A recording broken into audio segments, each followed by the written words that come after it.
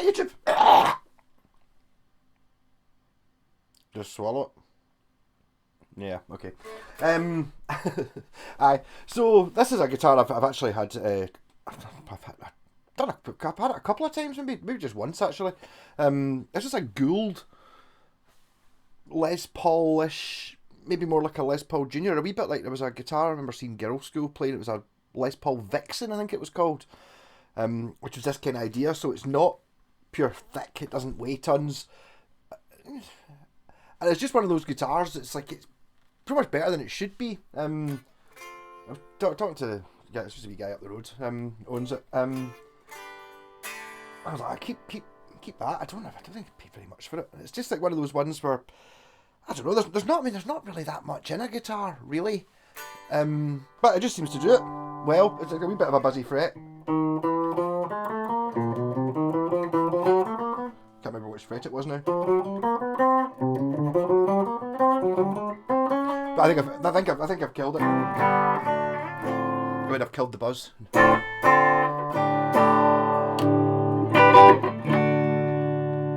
that's interesting. How much louder the neck pickup is in the bridge one. Neck, bridge, maybe not. So basically, me just test to make sure there weren't any other dead notes. Not sure what kind of music is played on it. Guys in a band, but I don't know what do the kids listen to these days. Some sort of rock rap thing. I don't know.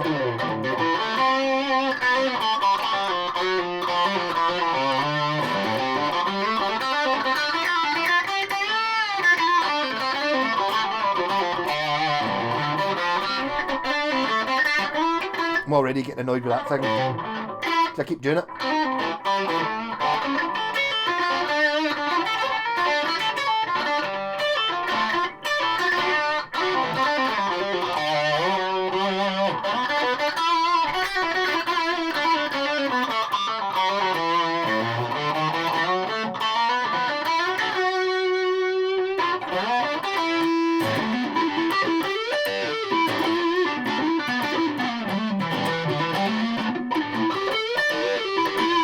In fact, does this one not have a broken output?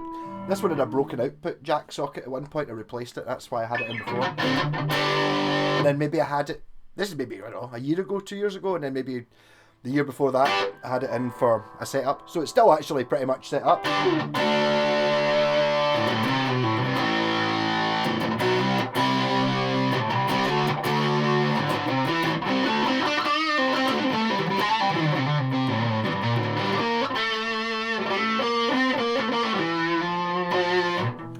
The reason I'm checking that note is there is a bit of a fret dink right in below. He likes this note because that one's a bit worn. What you want to do is apply a little bit more vibrato to your playing. So rather than just wearing down the centre of the fret, you're kind of moving the string like that. So you'll end up with more of a, instead of being woo da-dunk, and below the string you'll have a whoo like that. But it's not actually affecting anything, it just looks a wee bit rubbish. I've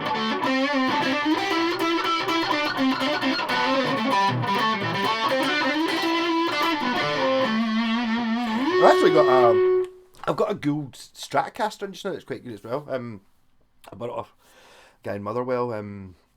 Unfortunately, the top of it's damaged. I think some kid's been hitting it with a hammer or metal or something. You know, it's just like, it's really annoying because the rest of it's really nice. So I need to get, I don't know if I will maybe fill it and get JPEGs to paint it or something.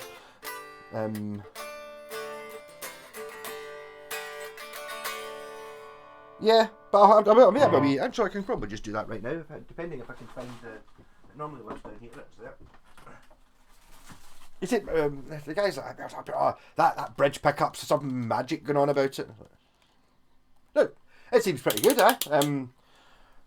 So I'm just going to see what the ohmage is on it, because as we all know, more ohms is better. More ohms isn't better. So it depends what kind of magnet it's made out of and all that stuff. More than just how much wire you put around it.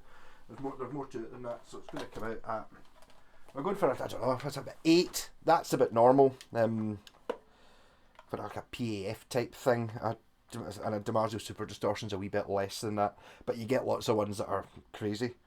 So what does this come in at? Just out of interest. You think, oh, is it going to be 16? Because sometimes you get ones that are 16. That wasn't bad, 15.3. So quite a powerful pickup. Neck pickup.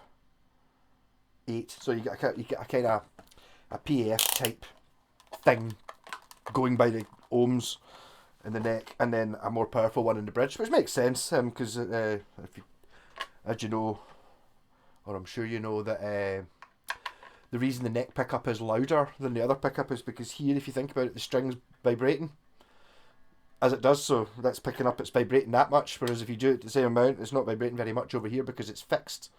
So literally you can see it's not really moving that much, therefore it's not as loud. That's why neck pickups are louder. If you use the same pickup, that's why you put a more powerful pickup in the bridge to try and offset it a bit. But that was never a thing back in the day. You know, you even get it with you know, on a Strat, not that one, but a normal Strat. You know, the bridge will be slightly hotter than the middle, which will be slightly hotter than the neck, so they all come out at a better volume, and they'll also have different string spacings on them as well, because obviously on a guitar, well, here the distance between the strings there is, it's like 42 mil, something like that, and the distance here is 52 mil. Therefore, the strings are going, they're wider here than they are here. So the strings are further apart here than they are here, so they do different pull spacing. But Hendrix never had that. They didn't do that. They didn't know about that back in the day.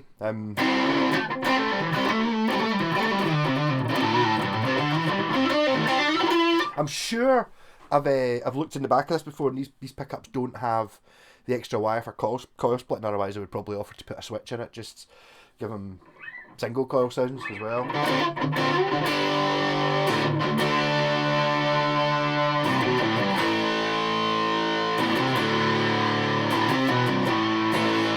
This is actually bought off my pal Lee, who lives actually next door to him as a street.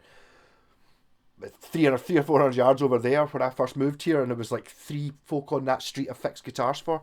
Yeah, I don't know I can't remember who the other guys. There's 2 of them I've seen recently, but there was another guy on the same street or very, very close by. I'm not sure if he was anything to do with these 2 guys. But my pal Lee sold this because he bought an Epiphone Les Paul, and it's like, I'm sorry, I think this is better than an Epiphone Les Paul. Which probably isn't a good idea for someone who probably sold this for under 100 quid and then spent 400 on an Epiphone one, which probably looks more like Slash's, but there's more to it than that. This does not have the crazy angle I can sit this having it on the front the way it should be, so in that case maybe it's not a real Les Paul. But the reason it's a Samick, because it's got, I recognise the inspected by sticker. So I mean, when you're buying these guitars, I mean, this one is also purple, and you can see that. That's it, Mick. I was going to say that. There's the model number there. It's not there anymore because it's been worn off. But it's just like, so you're looking at, you know, comparing this to an Epiphone. Well, it's a set neck, I suppose, which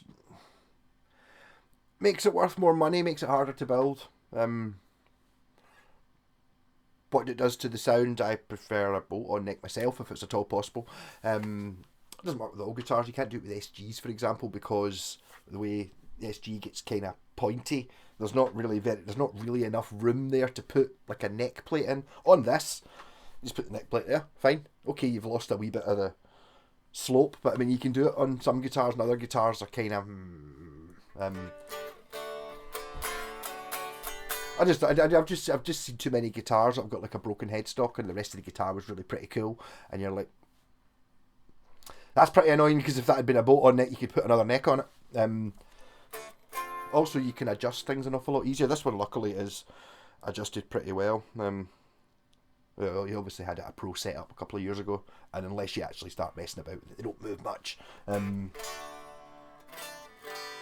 even know, it's just bog standard tuners. Maybe, but they get black painted pickups. But I mean, I do rate this guitar. But it's like all guitars from, so I'm putting this at early 2000s, something like that. Gould are a funny one. I don't really know that much about them. I don't remember really seeing them in shops. So I would have thought I would probably, I don't know, just another one of these brands that goes to Samick and gets them to make their guitar range. And I think they've gone now. You know, it's just like there's only so much you can do to make you. Well, we're making a guitar that's better than the Squier or the Epiphone that costs the same amount of money. So it should sell better, and we should be doing better because it's a better guitar.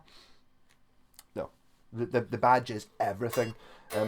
Not saying that all Goulds are amazing. I had a Van Halen type, you know, the EVH shaped one. Like, honestly, one of the ugliest shaped guitars I can ever think of with a wee horrible headstock. And the neck was super thin, one piece maple, and it looked great. The guy actually, I bought a couple of guitars off a guy. I can't remember where he was now. He's like, you can have that one free. And I was like, that looks fucking really good. I'll have that. You know, I think to be honest, I paid like 20 quid for the other two guitars. It's like, you can have that piece of shit. And I was like, the neck one piece, it looks great. And it was great. As soon as I put strings on it, it was like this. But it looks okay. I've still got it. No, I think I gave it to Jen actually because she was going to make some sort of art with it. It's like basically why was I keeping a twisted neck. But the wood on it was like a total error in building. They'd made the neck really thin and one piece of maple, and it just couldn't take string tension. And it wasn't a case of using the truss rod. Obviously, I tried that and I bent it back, and I managed to get it so that the truss rod was holding the strings back. But literally, you could take the neck and twist it like that. It was an awful guitar. I haven't even seen a Harley Benton that does that, but it was just like, how did this come out? And saying that, I said this is a Samick because it's got the inspection badge on it. Not necessarily all Goulds are made by Samick, because this is just a company who gets gives a design to factory A, gets them to make it, rather than, oh, we're this factory. I suppose a wee bit like, well, Ibanez Japan are Fujigen factory, but they do make, obviously they've got their Indonesian ones and blah blah blah blah blah blah, China and Korea and all that as well. So there's not really anything in common between, you know, like the Geo RG and, well, there's not actually an RG on the wall. There's one there.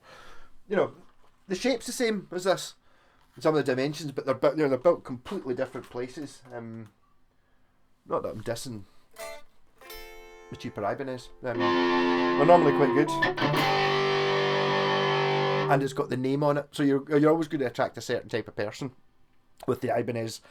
Maybe that's not thought of that way anymore, but for me, whenever I saw the Ibanez, I just thought, oh, Steve Vai or Joe Satriani. I don't like that, so that's why I wanted an SG.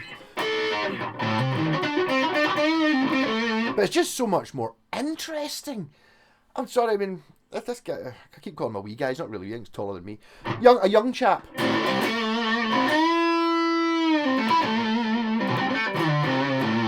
But it's just that you know, if I was going to see like what's obviously going to happen if he's in a band, he's going to end up playing these things where you've got 5 bands on in one night and stuff like that. And this would be like pure, oh, okay, I can have that. No, he's got an Epiphone Les Paul. Next, what's the bass player playing? Oh, you know what I mean? It's like, so there's just a little bit more. Maybe other people don't want to be individual, but I do. I feel it's like something like this. I'd love to rock this and be like, yeah, what's that? Is that up here? Is that some sort of custom shop? Aye, it's a Gould. And then Google up Gould and go like, here, there's Goulds on eBay for 100 quid. Like, but I mean, I wouldn't alter it. I would, if I had one of these, I would set it up, which I've already done. I would probably try and break into the pickups. Annoyingly, because it's got the covers, that makes it a bit of a pig to get into the pickups to add the extra wire so you can get coil splits in it. I'm going to have a look anyway while we're here. You can just watch me. I've been talking for 15 minutes, that's long enough. I'm going to just not that screwdriver, so I won't bother. I'll have a wee look myself. Because I think a wee coil split, like a push-pull pot or a switch, would just give you, if you know, that splits both the pickups, would just be the icing on the cake and what I would put in this guitar if it was mine. But I have no idea what kind of music he plays. He does have a Squier Strat as well.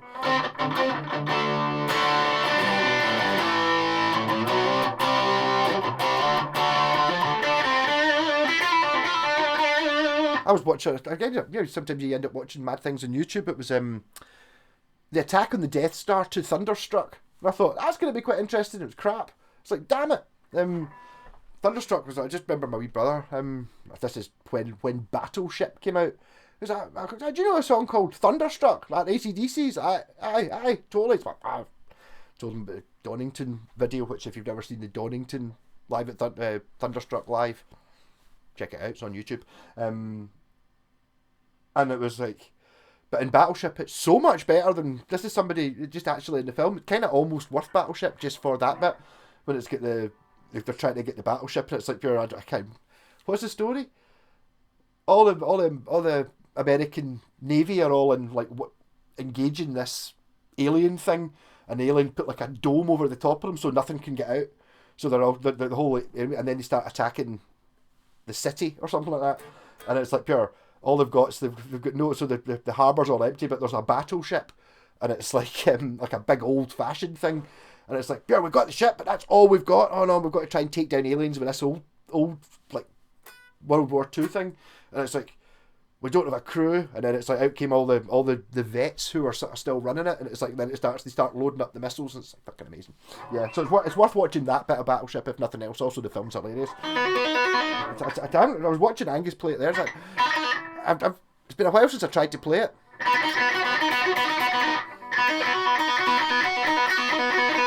Yeah, it's picking it. Because I thought it was just that. But it's picked.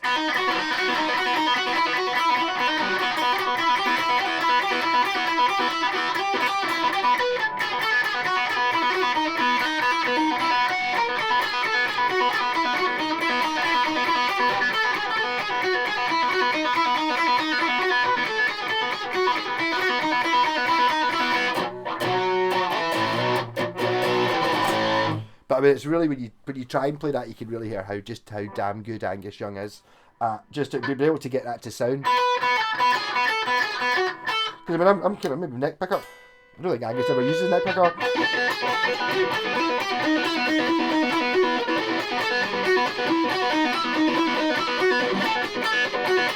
Maybe I've just had a bit of time actually tried to work it out from scratch rather than trying to work that out, which I worked out 20 years ago. Like if you're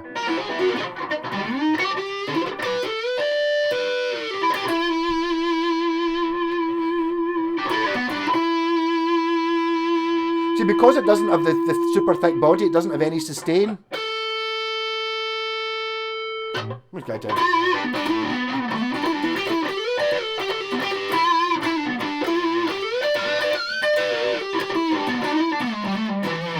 No, I do like this. It does actually sound a little bit more Fendery than... It's not going to be Fender scale, but it feels a bit more Fendery. Maybe it's just because it's not really heavy. Yeah, Gibson 24 3/4. Got a little bit more brightness to it. It doesn't have that dead lump of wood thing that you get with maybe weight or mass makes a difference to how a guitar sounds.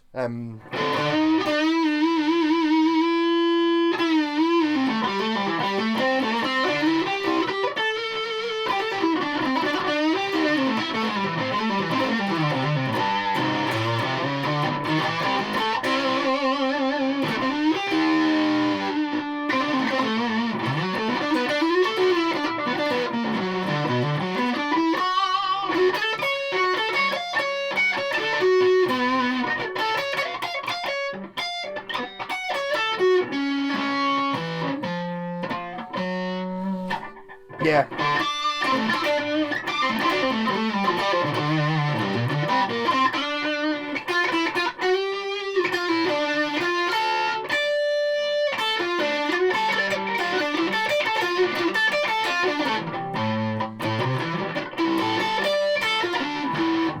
Honestly, one day, over the next couple of months, I'll start being able to do these things and it'll actually be the right notes.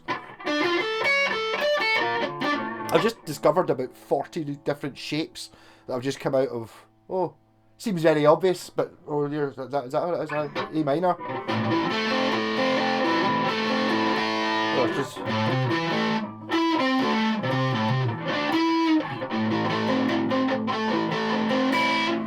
And as I knew arpeggios were, yeah, you just basically play the notes of the chord individually rather than playing them all at the same time. That's what an arpeggio is. But the fact that you can put the notes in other places, so which means you can.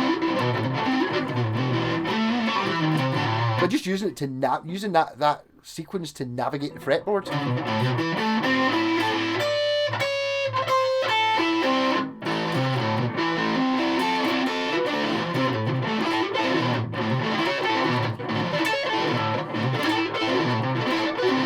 See, I mean, I'm kind of at that speed, but hitting all the notes is going to be ridiculous.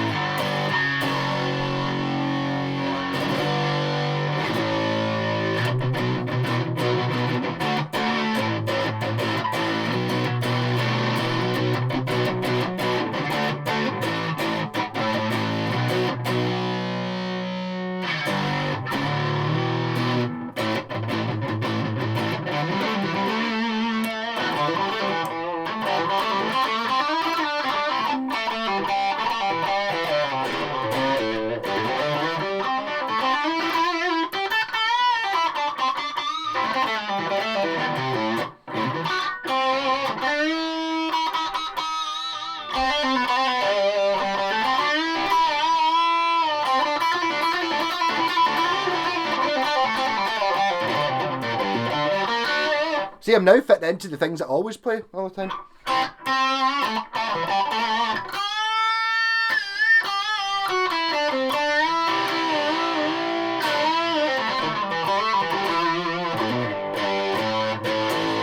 Yeah, so awesome guitar. Just maybe just a wee bit of one, and don't be super surprised when sometimes, I mean, these are the sort of things you can find in cash converters and stuff like that, and you look at it and go, oh, I quite like the colour of that, that's quite interesting. Give it a shot, because you might end up with something that's like, oh, Or I've told the guy never to sell this. You can't. It's your first guitar, and it's a good one. Might be this guitar might be more famous than me in a couple of years' time. You know, this exact one, and it's really nothing. Okay, I can't really vouch for the setup when it came, because I did it years ago. So setup, faults. Ideally, I would have liked to have an extra wire in the pickup so I could put a coil split in. I didn't really say that was a fault, though. I don't really have any other faults with it. It's fine. It's got like an Olympic torch thing on the headstock as well. And I like Stargate SG-1, where you get the Gua'uld or the baddies, which I always have to mention whenever I do one of these. I just think it's like, that's it, yep. I suppose it's more of a Les Paul Jr. It's like a rounded Les Paul Jr., I suppose. But it does the job. And as I was talking about in my, which I actually haven't put episode 3 out yet, of my things that are pure basic about guitar but you were scared to ask. I think I worded it better than that. Just don't, this. Jimmy Page had this, Led Zeppelin would still have sounded the same. Do you know what I mean?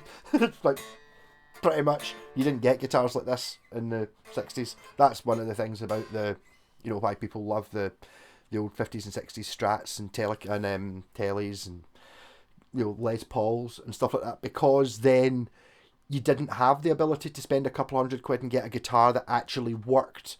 You could buy, I had one in recently, I hope he sold it by now, a Watkins Rapier, which was probably the equivalent. Even then, even the cheap shit guitars were expensive. It's like the cheapest guitars you could get in the 60s, 70s were still £100. It's just it was £100 for a guitar that was just not looked like a guitar. There's an awful lot of guitar, less of them now. I think now with the internet and stuff like that, but there's whole series of guitars that I used to see, Marlin Sidewinders and stuff like that sold like fuck. There's millions of them, and you don't see them anymore because they're just not good guitars. It was purely designed to look good in an advert in a magazine. It's like, oh look here, we've got a locking tremolo system. It's kind of like a Floyd Rose. No, it's not. And it's got a humbucker in it. Oh, there we go. Oh, it's like the fancy finish, and it's got a pointy headstock, and The only thing I like about Marlins is they've got a Marlin on the 12th fret, but apart from that, it's just like that's the start of what we're at now, where people are, but I think these Fireflies and Harley Bentons and all that, where you can kind of, they're not as bad as them, but again, it comes to the point, if you're wanting it to play well and you're going in and it's costing you more for a tech to set it up than it did to buy the guitar, it's like, I've got my random make Telecaster. It's only 110 quid. Alright, cool. Oh no, it plays really well. Yeah. I got Mad Malco to make it work and he fucking swore at it and shouted and was really angry with me. It's like, yeah. That's the one. Because that's the problem with setups. It's like setting up an expensive guitar. It's much easier than setting up a cheap one. So I'm really doing stupid stuff, even with the J-Pack stuff and the Buckycasters, making guitars play really well, but I'm not starting off with like a Mexican Fender or a Gibson to try and, just sort the frets. I'm taking, ones that were never really, the 20 years, 30 years these guitars have existed and have never been able to play. They've been passed through 10 folks' hands who had it as their first guitar and it's like, oh, fucking crap. And, they put stickers on it and change bits and you're just like, you can make them work. It's not economically viable to do such things because, take it to a shop, it's going to cost you more than 100 quid to get it. Do the stuff I do to Buckycaster, and I kind of sell them for that. So, it really goes to show. So there's my wee 5-minute video. And just have when you see these sort of things, maybe don't just buy them blind on the internet. Maybe if it's cheap enough, buy them blind on the internet. Maybe they're all like this. I don't know, but it's like the problem with the documented things like Gibsons are documented, and people are like, oh, you don't want the 2012 model because they didn't use the wrong wood, or it's Squier Strats. The Squiers are really bad for it as well because they're like totally over a 10-year period. They're made in half a dozen different countries, and some of them are made at the same time. And there are not any. I've not seen one like a new one for the last 10 years, but I have had a couple of Strats that were absolute crap. Really, this is a Squier, really, and it says it on it, and nobody would fake it. It's like, that is it, and it's just fucking shite. It's just a case of oh, you bought it in '98. Oh no, they're shite. Oh, the one in '99 is really good. Oh, the one in '97 is really good, and then '98 they changed something for a year, and it was crap. So that's possibly this, what I mean? The worst one that ever got me was an Avon Rose Morris. This is going back to, this is 10, 15 years ago that this happened to me. I had an Avon Rose Morris EBO, like the SG bass, and I bought it in the Barras for 25 quid. And at the time I had an Epiphone EBO, and it was fucking miles better than the Epiphone one, like pure, so much better. It was like I've got like, here's the Epiphone EBO, here's the Gibson 68 EBO I've got. The Avon Rose Morris was about here in the distance between the two, quality wise, definitely more like the Gibson than it was at the Epiphone. And I converted it into a 6-string bass.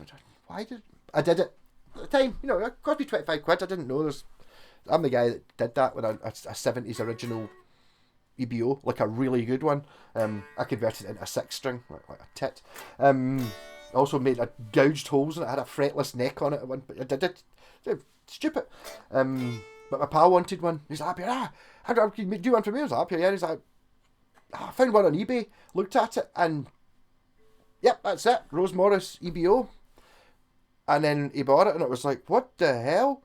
So that mine must be, I don't know, early 70s. This might be a year earlier or a year later. The only noticeable difference you could tell from photos was the fact it said, instead of saying Avon Rose Morris Japan, it said Avon Rose Morris Foreign, and it was, the neck was plywood. Like, you don't come across that very often. It was like plywood going that way, and then the fretboard was plywood on top of it, painted it to look like rosewood. The body was plywood, and it's like even right down to see the tuners on the back. On the ones on mine, the tuners look the same from a distance, and then you get up close to them, and it's like, I'll just undo these 4 screws. Oh, there's only 2 screws. The screws that are on the other side are fake.